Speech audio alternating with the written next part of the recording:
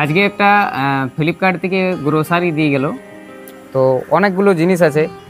তো আমি প্রথমে ভাবলাম আমি তো অর্ডার করিনি, তারপরে ডেলিভারি বয় বললো প্রিপেড আছে। তো আমি অ্যাকাউন্টটা চেক করে দেখলাম যে এটা একজন বিষ্ণুপুর থেকে অর্ডার করে দিয়েছে। ভাইয়ের নাম কৌশিক সরকার। আমি ছবিটা দেখলাম, তারপরে মেসেঞ্জারে যেয়ে, আমার থেকে বয়সে ছোটোই হবে। তো ভাই আমাকে ভালোবাসে, ঠিক আছে, লাড্ডুকে ভালোবাসে, ঠিক আছে। তো এতগুলো জিনিস পাঠানোটা আমার মনে হয় ঠিক হলো না। তুমি লাড্ডুকে ভালোবাসো, লাড্ডুর জন্য হরলিক্স পাঠিয়েছিলে, এটাই ঠিক ছিল। টাকা যারই হোক, টাকা কিন্তু অনেক পরিশ্রম করে রোজগার করতে হয়, টাকা অনেক কষ্টের হয়। তো এতগুলো টাকা তুমি খরচা করে দিলে শুধুমাত্র আমার ভিডিও দেখে। আমাকে চিনো না, জানো না, সামনে কোনো দিন দেখো নাই, কোনো স্বার্থ নাই, কোনো মতলব নাই। এতগুলো টাকা তুমি অনায়াসে খরচা করে দিলে, এতগুলো টাকার পাঠিয়ে দিলে। তুমি শুধু হরলিক্সটুকু পাঠাতে, আমি আরও বেশি খুশি হতাম। তুমি এতগুলো জিনিস পাঠিয়েছো, যদি শুধু হরলিক্স পাঠাতে লাড্ডুর জন্য, তাতে আমি আরও বেশি খুশি হতাম। এ বাবা, অত জিনিস কেন পাঠাইলে বাবা? আমার উজ্জ্বলও যেমনি, তুমিও তেমনি বাবা। কত কষ্ট করে পয়সা রোজগার হয় বলো, অত না পাঠাইলে পারছে। আমার ভাইয়ের লাগে একটা হরলিক্স দিলেই হয়তো বাবা, বলো। পয়সা তো অনেক কষ্টের।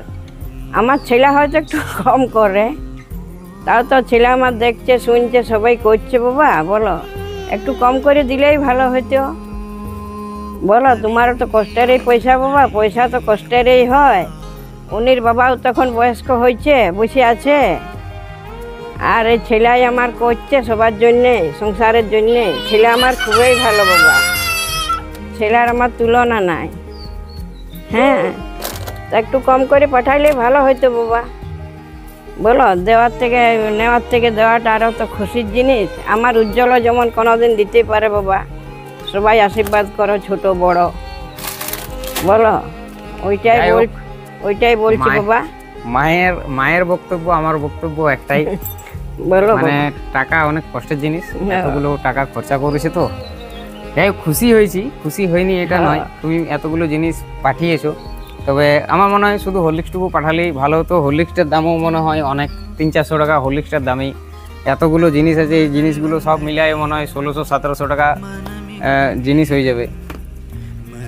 তো যাই হোক, ভিডিওটা করলাম স্মৃতি হিসাবে, যে আমাকেও এককালীন যখন আমার ছিল না তখন আমাকে পাঠিয়েছিল। আর তুমিও মনে থাকলে, এখানে তো মনে থাকবেই, আবার ভিডিওতেও থাকলে। ভবিষ্যতে যদি কোনোদিন হতে পারি বড় মানুষ, যদি মোটা টাকা রোজগার করতে পারি, সেই দিন পুরনো দিনগুলো আবার খুলে, ফেসবুকে খুলে, ইউটিউবে খুলে দেখবো যে হ্যাঁ, মানুষ কিভাবে আমার অসময়ের দিনে আমার পাশে দাঁড়িয়েছিল, কিভাবে আমাকে সাহায্য করেছিল। তার জন্যই ভিডিওটা করলাম, আর কোনো মতলব ছিল না। আর তোমাকে ভাই অসংখ্য ধন্যবাদ। তবে শেষে আরও বলবো, রিপিট করে করে একটা কথাই, যে এতগুলো জিনিস পাঠানো তোমার ঠিক হলো না। তুমি ভালো থাকো, আমার উজ্জ্বলের মতো নেই। তুমি তো আমার উজ্জ্বলই বটো বাবা, ভালো থাকো। আমি তার চোখে দেখিনি বাবা, কোনোদিন পারো তো আসবে আমাদের বাড়ি। উজ্জ্বলকে, মাকে, বাবাকে, বউকে, নাতিকে, সবাইকে দেখি যাবে বাবা, ওইটাই খুশি হব। হ্যাঁ, আসবে বাবা আমার ভাই। তুমি যদি পারো কোনোদিন আমার বাড়ি এসো, আর আমি যদি পারি কোনোদিন বিষ্ণুপুর, তো তোমার বাড়ি আমি অবশ্যই যাব। যদি ইউটিউব থেকে দেখছেন তো চ্যানেলটিকে সাবস্ক্রাইব করে পাশে থাকবেন, সাথে থাকবেন। আর যদি ফেসবুক থেকে দেখছেন, সুন্দর একটা কমেন্ট করে দিবেন, একটা লাইক করে দিবেন, আর পেজটিকে ফলো করে পাশে থাকবেন, সাথে থাকবেন। ধন্যবাদ।